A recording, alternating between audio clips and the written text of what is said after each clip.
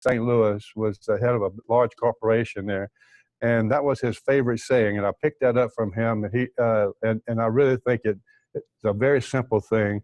But he says, do the right thing and do things right. And I'll tell you a little story about the guy too, because he was such an incredible man.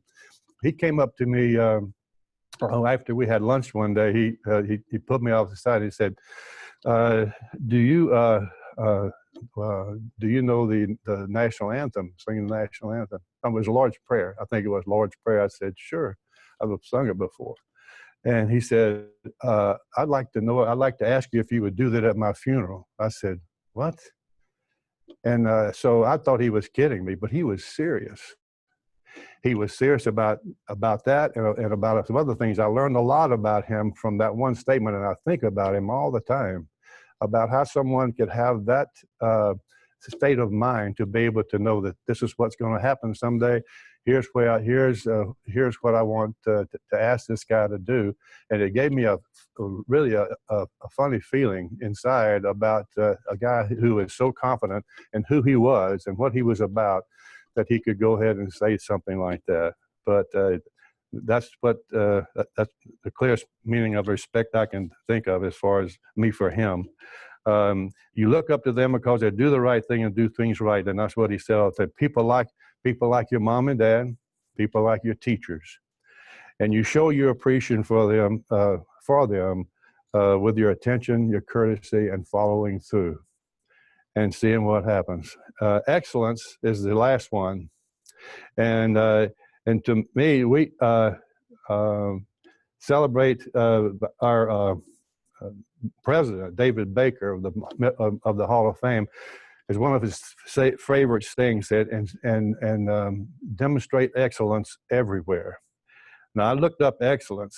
I knew some of these others, these are my opinion, but excellence seems to be hard to define for anyone. But it said, if something or something has the quality of excellence, they are extremely good in some way, possessing good qualities to a high degree, being superior in virtue, being the best you know how to be to yourself and to others. Now, that's a big word, and it covers a lot of ground. But so all of these other words cover a lot of ground. And I think that if we look at those words and you try to say, do they apply to me? Do they apply the way I think? Do they apply to the way I'm conducting myself?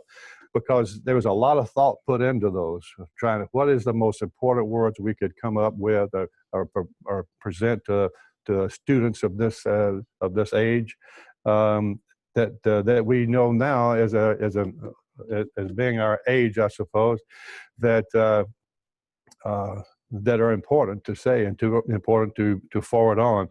So these, I think, are really, they seem to be, would appear to be just nice words to come up with, that the Hall of Fame say these are nice things to stand for. But when you look at them closely, they're critical things to stand for. And so I hope that some of you guys will take these, look at it, get it up on the website or whatever, and take a look at these and think about them, see how they apply to you and how do they apply to people around you. And I know that a lot of these could apply to your teachers that are giving all they can to be able to make you the best you can be. And so I think those type of people should be really considered in your thoughts and in your respect. And I'm sure that they are, knowing this school and knowing all of you ladies and gentlemen out there who are attending the school. But I guess we have questions now that we want to try and... Yeah, yep, we'll go ahead and open it there to those students who are right in front of you. So if there's a student out there you want to pick who's got their hand up, who's got a question, we'll start with them. Well, their hands are too heavy. They not lifting. Yeah. Why did you choose Perryville to do this presentation? Well, I chose Perryville because first of all, I'm familiar with Perryville. I've been here many times visiting friends, and I've been to the school here. But of late, I've been spending a lot of time here.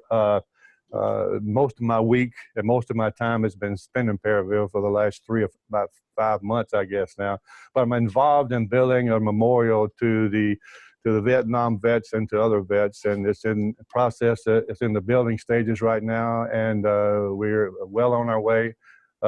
Anybody who would like to learn a little bit more about it would be welcome to take your questions and to get your inquiries. But it's called the MNVM, the Missouri National Veterans Memorial, and we have a website here. If anybody out there who would like to check it out here, it's mnvmfund.org. If you want to tune into that and find out, there'll be a number associated with it. But I would encourage anyone who's interested in honoring our fallen heroes, and this is going to be one of the most significant monuments in the country, if not the most significant monument for the veterans. I would encourage everyone to keep track of it, keep tuned, and inquire on the internet about its progress and see where we are. But that's mainly why I'm in and out so much now. But thank you for the question. All right, it's a great way to start everything off. We're going to go to our other school we got tuning in here. So if there's a student out there who has a question is ready to ask, go ahead and ask your question for Jackie Smith. Hello. I will have a question for you. And do you have any quotes that you live by or that you think about often? I didn't hear what you said. So the question was, do you have any quotes that you like or you live by often? Well, I have quite a few. I can quote them off the top of my head here because I got so much else on my little small brain. I've been hit so many times, I can't remember stuff and all that. Anyway, no, but I do. But one of my favorite authors is Emerson, Ralph Waldo Emerson, and I know that we were forced to read that in school, but I started developing an affinity for him and his writing, and I would encourage anybody to take a book. I've got several books that have just excerpts of his quotes, and they're very meaningful to me. So I think that anybody would benefit from taking a look at Emerson. But there are lots of other people out there. I know that all of you had your own, but anyway, that's where I get a lot of my inspiration, I guess, from him. Now, you mentioned a little bit there in your opening about singing the national anthem. You have sung the national anthem here in Canton, Ohio during Enshrinement Week powered by Johnson Controls a few times. In 2014 before the enshrinement, and then last year between your two teams, the Arizona Cardinals and the Dallas Cowboys, before the game. Can you just talk a little bit about what it's like to do that experience, and if there's any relation between the nerves you get before the national anthem and the nerves before you ran out of the tunnel? Well, absolutely. You get a little nervous because if you're playing on a football team and you're running out with a lot of other guys, and you're part of a team. But when you're out there by yourself and you're trying to sing a song without music, then it gets a little testy and a little nervous. But I like the challenge. I think that's really kind of inherent in all of us, that we just like a challenge, and that to me is a personal challenge. I never did sing anywhere or do anything until I retired from football, but I was encouraged to give it a shot a few times, so I did, and it was an honor for me to be able to sing it at the Hall of Fame game. I've done it several times. There's some other just recently that. Anyway, it's a real honor to be able to do that. Really, it is. All right, we'll go ahead and get a question there from the class in front of you. Yes, sir. What was it like playing in the Super Bowl, the most important game of the season? It was exciting to play in the Super Bowl. The situation about the Super Bowl is that it transforms everything else. It's not like a regular game. Going to the Super Bowl and playing in there is a feeling you can't understand and appreciate unless you've been through and played as many years as I have, and going to regular games, and we were in some playoff games along the way. But going to the Super Bowl really has a different feeling about it, completely different. think about things in detail. I can't explain it, but it's a lot different. what, After the Super Bowl, you were at a devastating point in your life. And what would you say to yourself now, looking back on the drop pass thing you're talking about? Yeah. Well, that was a very disappointing thing for me, and I'm asked about it quite a bit. But the bottom line on something like that is that with all the notoriety that came from it, and the fact that I was involved in the game at all, was very lucky. And but it's just the way that the game is. That's the way life is. That's the way the game is. And especially, so all you can do is do the best you can do. There's reasons for all of that, reasons they happen that way, but those, they don't really make any difference. It's insignificant. The fact is what it is. And so you just live with it. Although I have the confidence, and I have the knowledge that I did the best I could do. So that's all you can say about that. But it was a difficult period to go through in my mind. And but then I started putting things in relation to my family, my friends, the honor of playing it in the first place, to be able to be there. It was such an honor to be there, because a lot of other people would love to be in that position no matter what. And so I felt that it was an honor to play the game in the first place. It never did. When I started playing and was involved in playing, it was like, what in the world am I doing here? It was such a fantasy game for me, to be able to a fantasy environment, to be in there when I'm looking back on it. But especially when I was there, I felt very fortunate to have been able to get there. Sometimes if you're just because you're a good player, really doesn't mean you're going to make the team. You have to be, especially in pro football, you have to be at the right place at the right time, be the right guy at the right place at the right time. And we could talk about that forever, and I could show you how a lot of instances where that's true. So I just happened to be at the right place at the right time, and I was very thankful for that. So regardless of what happens afterwards or whatever, I did the best I could do during the game. It was a very rewarding thing for me and the family, and I would do it again in a second. All right, it was another great question. We're going to go out to our other school tuning in here, so go ahead and ask your question. No. How was your knee injury in 1971? Did it make you want to give up or try harder? All right, Jackie, the question is, they're asking about your knee injury from 1971, and if it made you want to give up or fight harder to heal up and get back there on the field. Well, I don't remember. I did have a knee injury. Yeah, I forgot about that. Yeah, I remember when I got hurt, because Deerdorf was right next to me, and I tried to block out. I blocked out on the guy, and the guy on the defensive end, he was slanting out, and he hit my right knee, and I said, man, that didn't feel right. And so I got back into the huddle, and I didn't say anything. I walked back to the huddle, and then as I came out of the huddle, I went to the right side, and Deerdorf was right by me, and my leg was like going out a different way, and so I got down I got in the stance, and I said, "Hey, Lips," I called him Lips. Darren Deerdorf called him Lips. I said, "Hey, Lips." He said, "What?" And I said, "I'll see you next year." and I did my block, and I went in, and I got operated on Monday. But that was only really the injury. I think I played.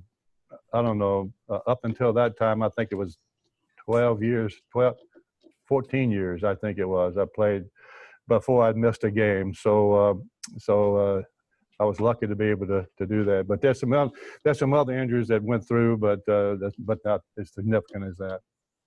All right, here we got a question. Like I said before we started, we did have some schools that, because of weather, were not able to be with us here today. So got a question here. This question is from Jalen from Canton Local Schools, and the question is, were there any struggles you had to overcome to get where you are today? Well, no, I don't think any struggles very much, sweetheart. But is that Jan was her name? Jalen. Jalen. Oh, okay. But I don't think there was any real struggles. The biggest struggle you have with and playing the game, or anything you do to where it's a lot depends on how on you, is how you think about what you're doing and how you do it, and the commitment to yourself. You don't have somebody to tell you to get up, tell you to go work out, somebody to encourage you to do that. You have to do it all yourself.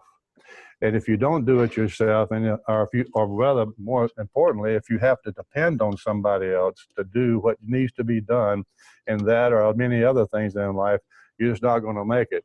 You have to be conscientious. You have to be you have to be truthful with yourself, and you have to don't fool yourself. When I was playing,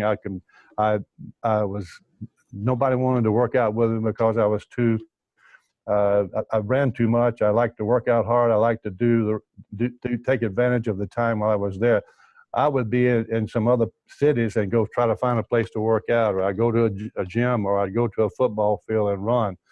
But the whole point I'm being, not that I'm so tough and dedicated or anything, but it has to consume you. You can't fool yourself. You gotta be honest with yourself. You can't make an excuse. You have to face yourself, and you have to face what the reality is on anything you do. It's not just football. If you want to be good at something, it has to be in here. It has to consume you to a point that you are always aware of it, and you don't make any excuses for yourself. It's easy to make a lot of excuses for working out hard. It's easy to do that. I find myself now working out. Yesterday, for instance, I said it was a great day. I wanted to go visit with my grandchildren. I said, I'm going to do this. And I said, but I went to the gym and I worked out, because at my age, I have to get exercise is more important now than ever. But you have to have that internal commitment. And if you don't have it, nobody can explain it to you. But if you got it, you know you got it. And you know guys who have that, or gals who have that. So it has to be something where you don't fool yourself, and you make that commitment because it makes you feel good about yourself, and also get you in condition to do what you're trying to do. Simple as that, really. Nothing, no mystery about that. All right. Well, with our next question, we'll go ahead and have one of those students right there in front of you with the next one. Yes, ma'am. What was the greatest thing you learned from all your years? I can't hear you. Speak up now. What was the greatest thing you learned from all your years? Being part of a team that,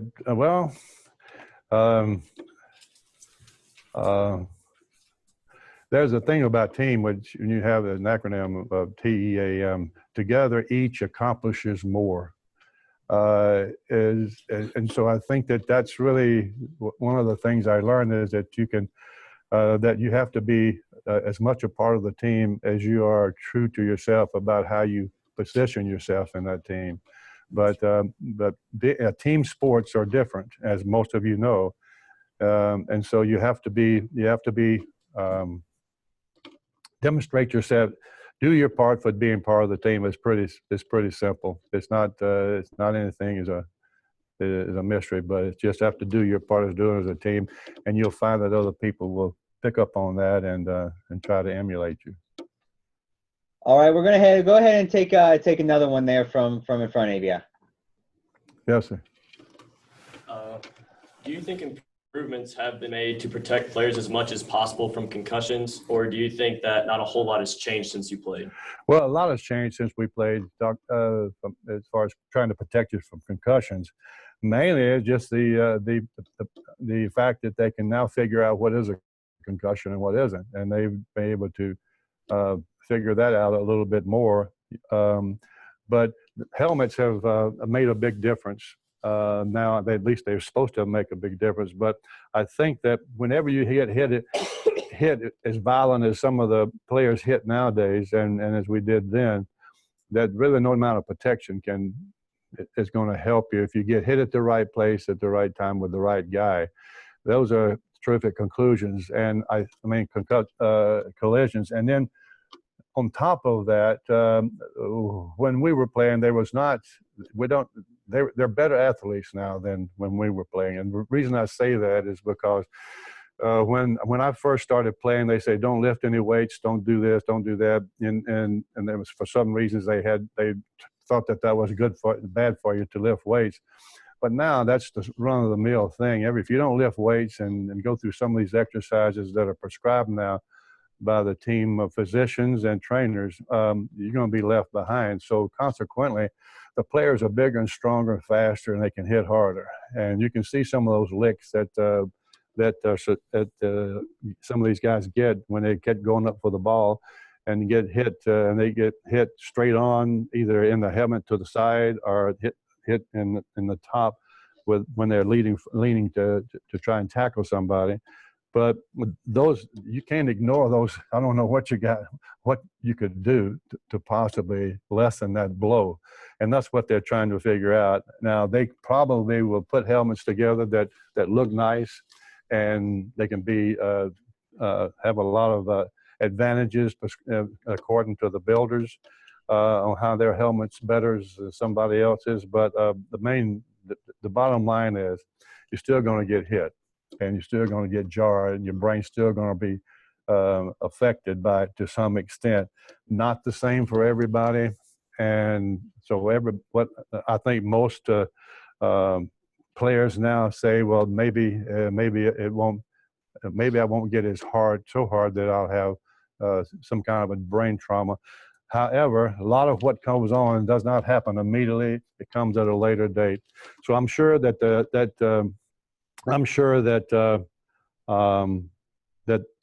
those improvements will be made. There'll be some changes in the rules that will protect players.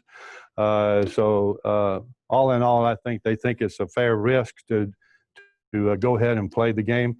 I don't know how it translates down to the young people your age or not, as far as how it's prescribed or designed, if you want to play or not, as far as where your parents are concerned, or the coaches or the schools. But I know that in the pro ranks that they're doing all they can to protect the individuals with some improved helmets. But a hit's a hit, and it's going to be tough to overcome that.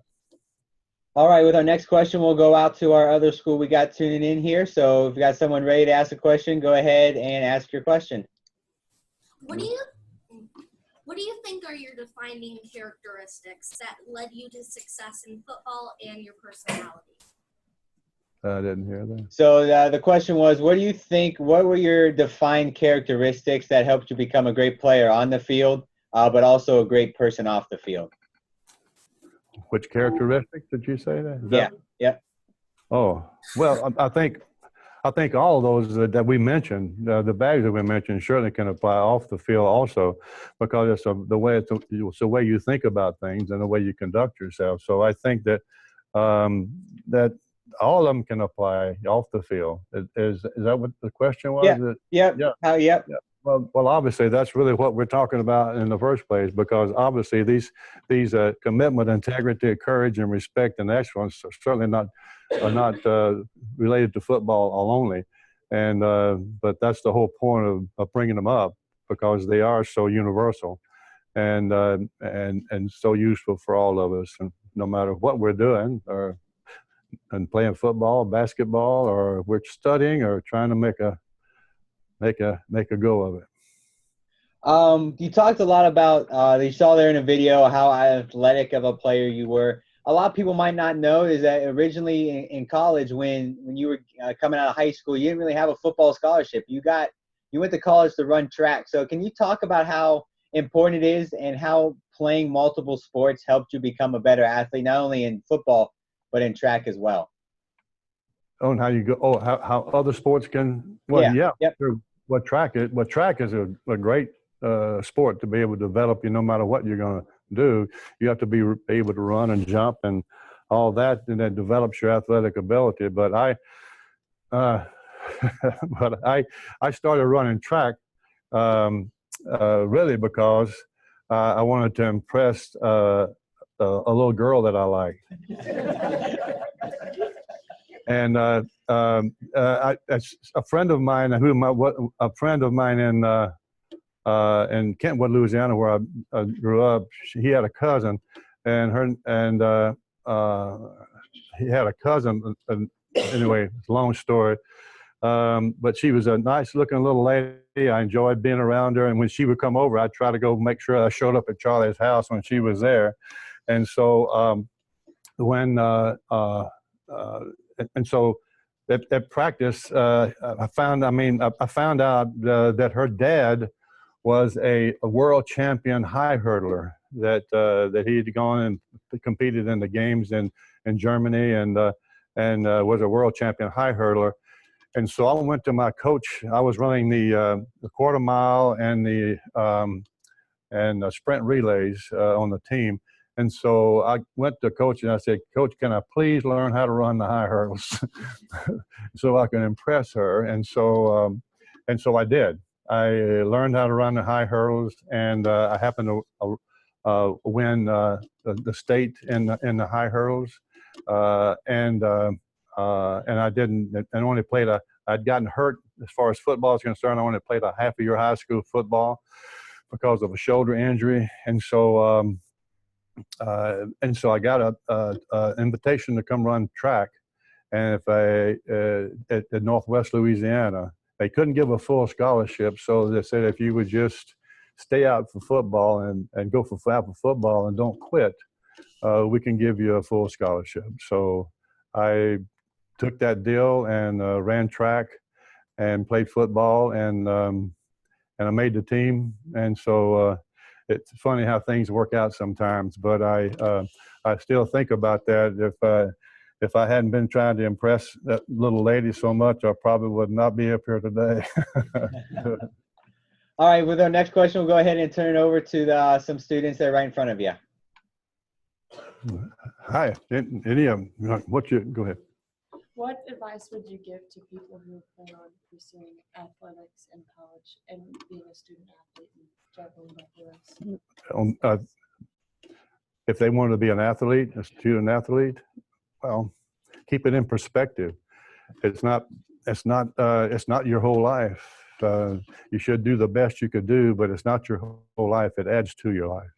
You know, even if you play as long as I did for 16 years in professional football, there's still a lot of living to do, and a lot of things to do, and a lot of things I have to contend with, and that doesn't involve football. So it's not your life. Don't take it on as being your whole life, and that's who you are. That's not your identity. It adds to your identity. It adds to who you are, and it's another form of enjoying your ability, your God-given ability to just enjoy yourself and be able to get to know more people, know more about yourself, because you'll find through athletics that if you're able to do some things, you can apply that to other areas of your life. You really can, and it works out. I think some people that compete in athletics, like me, surprise myself. I surprised myself. I didn't know I could do that, you know. So you apply that to everything else, and you say, just give it a shot, give it some time, be persistent, and it'll work out. All right, with our next one, we'll go ahead to our other school we have tuned in here. Go ahead and ask your question. Did you ever take on a leadership role as a youth? If so, what was said? Can you go ahead and ask that again, just a little bit louder? Pretend in the hallway. Nice and loud. Did you ever take a leadership role as a youth? If so, what was said? I think the question was there, Mr. Smith, did you ever take a leadership role in your youth or growing up through high school and college, and how did that help you with your career? Well,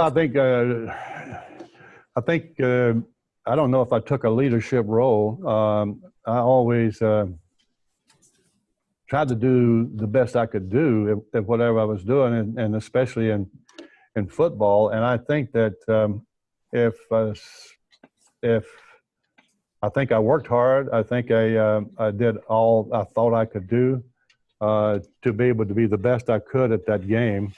And I think that if you take that thought pattern, maybe that it applies to almost anything you can do. But the main thing on any of this, when we talk about it, it's a very simple thing to say, but it's really, don't fool yourself.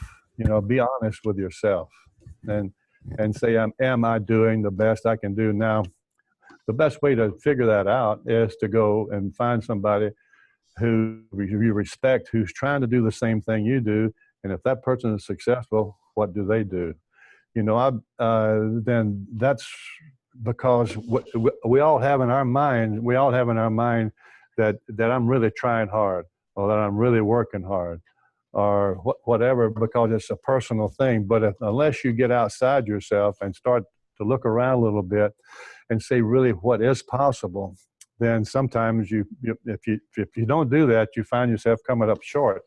Just like when I go to work out, I know from the years of experience, I know what's possible, what I need to do to work out, to feel good, to feel like I've been through a workout.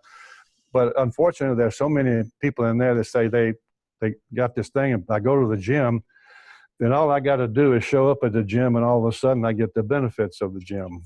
Well, that's not the fact. I've seen guys just sit around and do hardly anything, but to them, they're going to the gym. So it's really how you go about doing what you need to be doing, how you dedicated you are to it. And if you're getting the right information, that goes for anything. If you're getting the right information on what you're doing, if guys are not getting the right information, if they're expecting results, if they're not getting the right information, there's not going to be any results. You're not going to get anything out of it. I think that's very hard. That's kind of maybe a hard statement to make or to understand. But if you don't know what you're supposed to do, you don't know. You go to the gym and you can work out, or you can do. This goes for anything. If you think you're doing the best you can do, then you may not be. You need to go to the source, or go to a source of information, or to a person or whatever, and say, I really am serious about this, about studying, about working out, and about certain other aspects. And I know that this person is good at that and successful as that. Give me the story. What do I need to do? Don't just tell me to go out and do something. Give me some details. Give me some details. And so if you go to people, and people will love people you respect, and you know that are successful in whatever you're trying to do, if they would appreciate, and they would appreciate their question, and they would make them feel good about giving you the answers. It's really hard to walk up to someone when you know you can help them, like in the gym, for instance, some area like that. Hard to walk up to them and say, maybe you should try to do it this way, do this, or try this, or whatever. It's hard to do that, because then you sound like you're arrogant, like you know more than they do. But so consequently, a lot of what you need to be doing has to be left up to you as far as research on what you're trying to accomplish, and don't like we saying here, and when we first started out, don't fool yourself. Don't fool yourself. Try to find out and make sure you're doing all you can do to accomplish whatever it is you're trying to do. It's always crazy. All these values we talk about, those 5 Hall of Fame values: commitment, integrity, courage, respect, and excellence, keep popping up as we talk. So it's very great that you keep touching on those, as they are very, very important, like you said, not only in football, but in school, when you're at home, and any other sport that these students like to play. So with our next question here, talk a little bit about some of the sports you played throughout your career, which means you probably played or worked or have been underneath a lot of very, very good coaches. Was there ever a coach that had an impact on your life that you think about today? Sure. Coach Gabe Felder in high school. And we were from a small school, and our school had graduating class was 32. And so we had a coach. One coach did everything. He was part of it. They had 2 coaches, but they both in all the sports. But Coach Felder was the one that I always remember. Maybe because he was so early on there. There were a couple of others later in my career. They were significant too. But at that stage of my life, it was really important to be able to form some attitudes, I think, and Coach Felder was the man to do that. He was the type of person that he had lots to do, and he would leave the field to go do some other work because they had just so many people to go around there in that little small school. And I remember that I had developed so much respect for him and the way that he treated everyone and his enthusiasm for teaching and for the students in general, that we had a football field that was surrounded by shrubs, and there was one gate where you could walk up to the offices. And I remember when he would tell us, here's what. We didn't have a track. We had to run around a football field. If we wanted to get ready for track, we ran around. For a quarter mile was around the football field one time and down to the third light post. That was a quarter mile. But I knew that if he told us, here's what I want you to do as far as a workout. And I remember going through that workout and doing it as hard as I could because I didn't want him to walk through those gates and to see me loafing. And so that's the kind of respect that he had, and that's the kind of love we had for him, is that enthusiasm he had, that obvious dedication he had to all of us students, and so he was the guy that really sort of just formed my attitude of being true to myself about, are you really working as hard as you can? Are you doing as much as you can to get this lesson done or this work done? Are you doing as much as you can to do the player that you want to be? And so, but he's the guy that started that out, and so he'd have to be the main guy. All right, with our next question, we got about 10 minutes left here, so we'll go ahead and have a question there from right in front of you. Hey. When you made it to the NFL, was it easy to lose yourself and change for stardom? To what? Change from stardom. Stardom, I was working like crazy. Were you crazy? There's no stardom up there. No, but, well, the thing, no, it's when we started, it's not a glamorous, thing to do.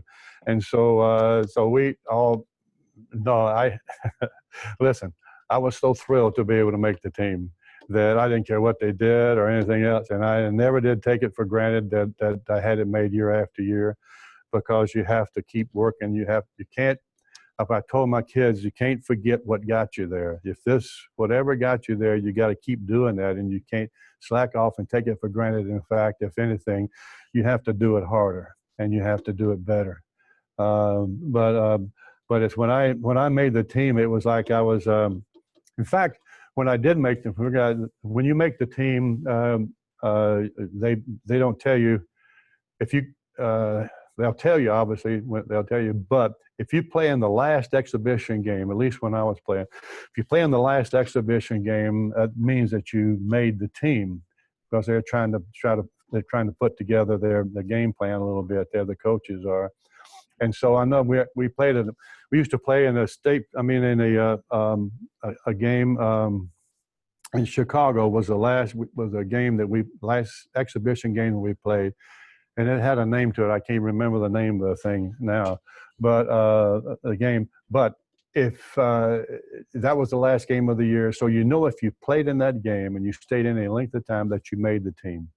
And so I remember being told to go in the game. And so I remember going in the game, and there was Bobby Joe Conrad and Charlie Johnson and several others there that were standing there. All these guys, all of a sudden, I could just see them all in my mind. And I never gave myself the luxury of thinking I made the team, or I was going to make the team. Although I was doing pretty good, I wasn't giving myself that luxury. And so when I went in there and I was in the game and I was with these guys, Sonny Randall and Charlie and all those guys, I remember getting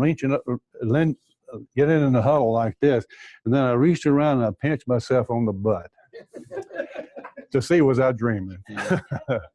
because it was an important thing, and it was a thing that I never would admit to myself that it was possible to make it.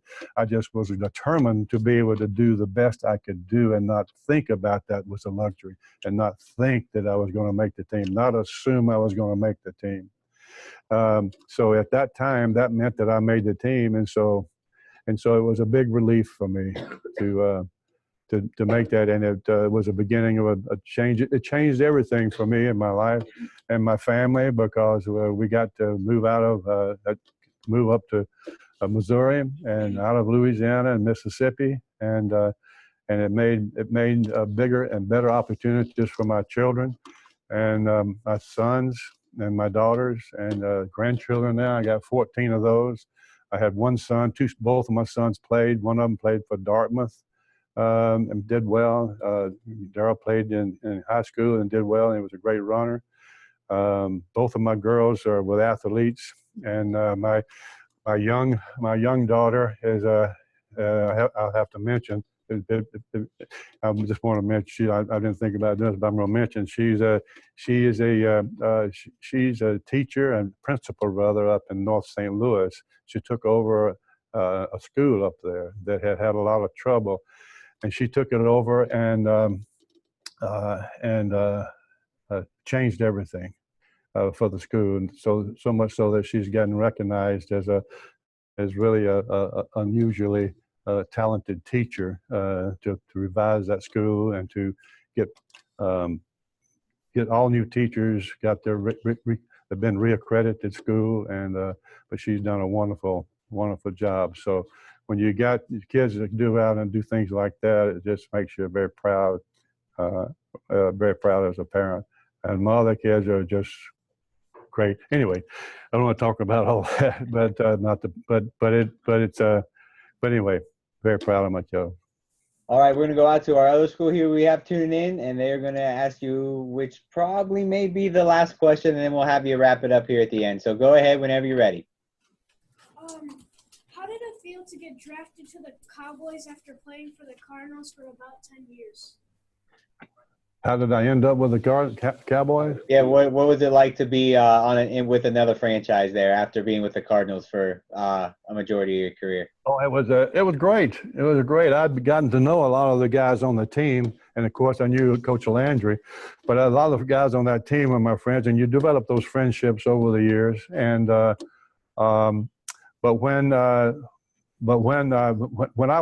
I got the call, I was at my little restaurant, as my restaurant, and they said it was the third game into the season is when I got the call. And so when I went there, when I was asked to go there, I was at my restaurant and I got a call, said, you got a call, so I answered the phone and said, hello, and said, yo, Jay, this is Coach Landry. I said, sure, and I hung up. And then he called right back. He called right back and said, and he told me the story, he started laughing. He was laughing. But anyway, a guy tight end that got hurt, the game against St. Louis had gotten hurt over the weekend and wanted to know if I wanted to come. Anyway, I went down to play for them for a year, and it was really a lot of fun. And it was a great experience for me. But when I went to the first meeting, the whole team booed me.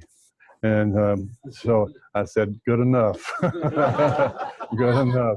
I deserved it. But anyway, it was a wonderful experience. It was a great thing to be around. It was, I guess, the highlight of my career to be with the Dallas Cowboys during my career. All right, with that, we'll go ahead and if you have any final remarks you'd like to make here, Mr. Smith, before we wrap to the end of the program, feel free to do so.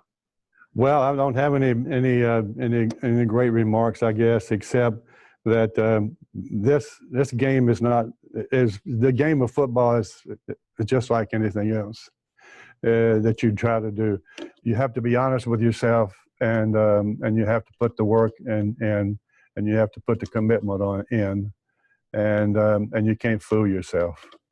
And that would be the only thing if I talk to my children about that and my grandchildren, that just don't fool yourself. It's like those guys they were on those weight machines, and all they're doing is going through the motions. So don't go through the motions.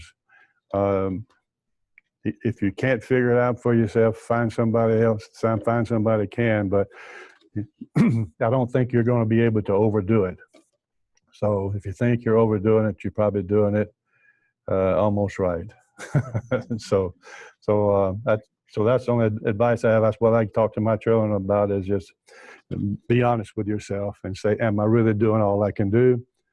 Am I the person I really want to be? Can I do it better? That's all. Simple stuff. All right, Mr. Smith. Well, we'd like to thank you here from the Hall of Fame, myself, along with our education department, George Veras, Joe Horrigan, and all the way up there, our president and CEO, David Baker. We thank you for participating today. Thank you for all that you've done for the game of football. So with that being said, let's unmute some mics here and give Mr. Jackie Smith one last round of applause. Wow. All right, Mr. Smith, we thank you very much, and we hope to see you here this August for Enshrinement Week powered by Johnson Controls. Thank you very much. It's been a All right. pleasure. Thank you, everybody. We'll see you later. Thank you.